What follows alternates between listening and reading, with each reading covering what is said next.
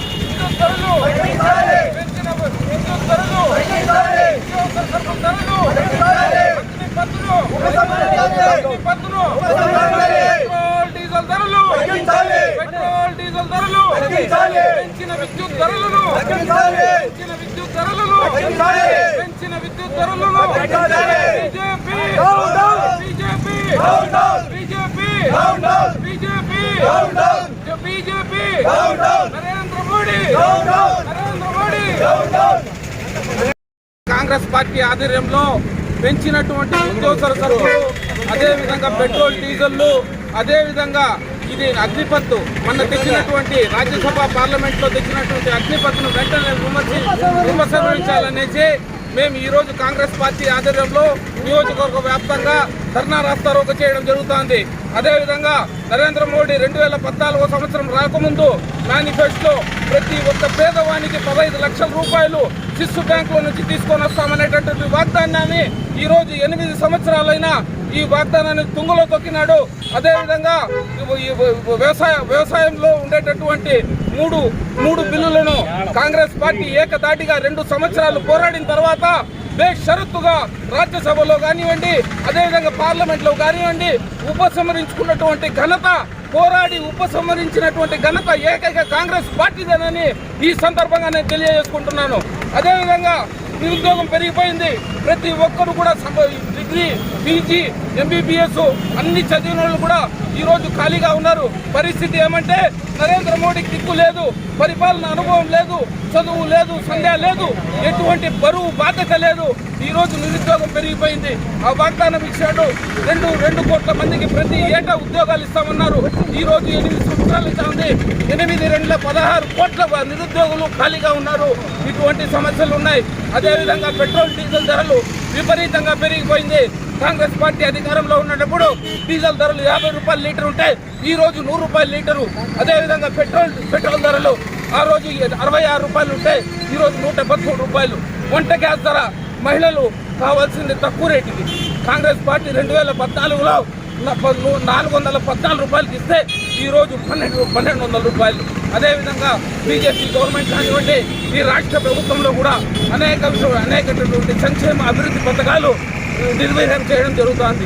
అమ్మఒడి లేదు, విద్యార్థి వన లేదు, కాపు నేస్తం లేదు. ఈ విధంగా అనేక పథకాలు కూడా నిర్వహణ చేయడం జరుగుతోంది. జగన్మోహన్ రెడ్డి గారికి కూడా మేము ఒకటే విన్నవించుకుంటున్నాం. విద్యుత్ ధరలు పెంచి, ట్రూ యాప్ ఛార్జీలు పెంచి అనేక విధాలుగా సమస్యలు ఎదుర్కొంటున్నారు మధ్యతరగతి ప్రజలు. వాళ్ళకంతా విద్యుత్ ఛార్జీలు వెంటనే తగ్గించాలని ఈ సందర్భంగా మేమంతా తెలియజేసుకుంటూ రాబోయే రోజుల్లో కాంగ్రెస్ పార్టీ ఆధ్వర్యంలో 11వ తేదీ పొలంనేరు నుంచి పాదయాత్ర, 11వ తేదీ పాదయాత్ర తెలియజేయడం జరుగుతోంది.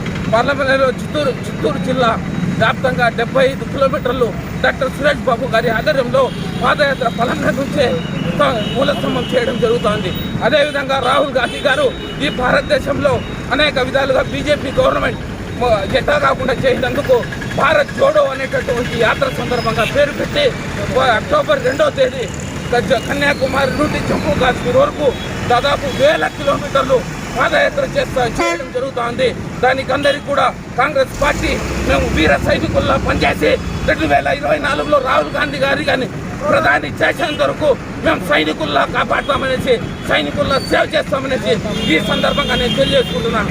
జై బోలో కాంగ్రెస్ పార్టీకే, జై బోలో రాహుల్ గాంధీకే, జై బోలో రాహుల్ గాంధీకే, జై బోలో సోనియా గాంధీకే, జై బోలో సోనియా గాంధీకే. ఇక్కడికి విచ్చేసిన కాంగ్రెస్ పార్టీ నాయకులకు, కార్యకర్తలకు, ఇక్కడికి విచ్చేసిన పత్రికా విలేకరులకు, పత్రికా విలేకరులకు, ఎలక్ట్రానిక్ సహోదరులకు అందరికీ నమస్కారాలు. ఈరోజు భారతదేశ వ్యాప్తంగా ఏఐసిసి పిలుపు మేరకు, రాహుల్ గాంధీ గారి పిలుపు మేరకు జైల్ బరో కార్యక్రమాన్ని నిర్వహించడం జరుగుతున్నది.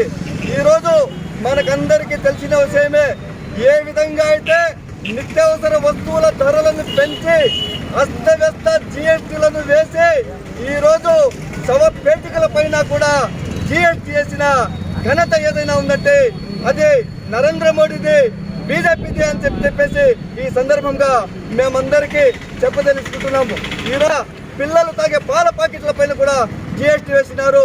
పిల్లలు చదువుకునే చదువుల మీద, పెన్షన్ల మీద, ఎరేజర్ల మీద కూడా జిఎస్టీ వేసిన ఘనత ఈ 75 సంవత్సరాల స్వాతంత్ర భారతదేశంలో ఏదైనా ఉందంటే ఇది కేవలం నరేంద్ర మోడీ గారిది అని చెప్పేసి ఈరోజు కుండ బద్దలు కొట్టి కాంగ్రెస్ పార్టీ తరఫున మేము చెప్తున్నాం.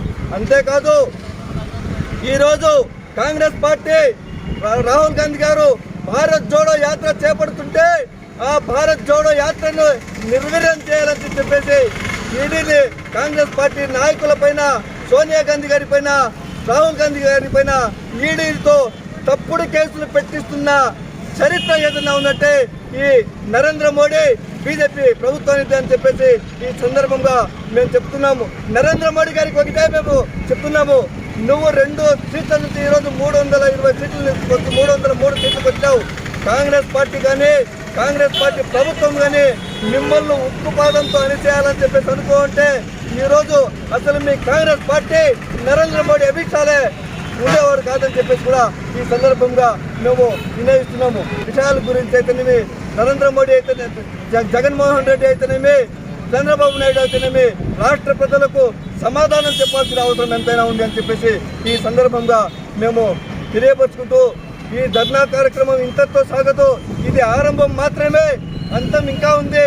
ఇక్కడ చాలా మంది ముఖ్యంగా మా దొరస్వామి గారు పంజాబీ నుంచి వచ్చి ఇచ్చేస్తారు, రహీం ఖాన్ గారు, మా మిత్రులు అందరూ, మా సహోదరు ఫైరోజ్ ఖాన్ గారు, మేమందరూ చేస్తున్నాము. ఇది ఆరంభం కాదు, అంతం కాదు, ఇది ఆరంభం మాత్రమే అని చెప్పి కాంగ్రెస్ జై కాంగ్రెస్, జై కాంగ్రెస్. బాబు సార్ చెప్పండి. Suresh Babu sir, happy birthday to doctor Suresh Babu sir.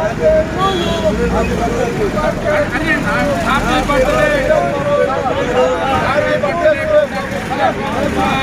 Happy birthday to doctor Suresh Babu sir. Doctor Suresh Babu